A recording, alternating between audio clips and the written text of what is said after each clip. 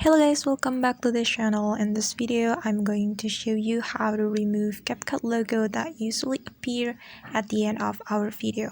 Alright, let's get started. After you import your video to Capcut and then you want to remove the Capcut logo, you have to go to the end of your video like this, and then you have to click on this logo right here.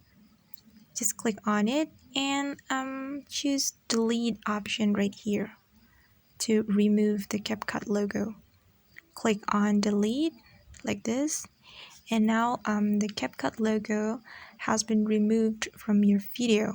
And that's all from me, guys. That's the tutorial for today. I hope this video will help you, and don't forget to like, leave your comments, and also subscribe this channel.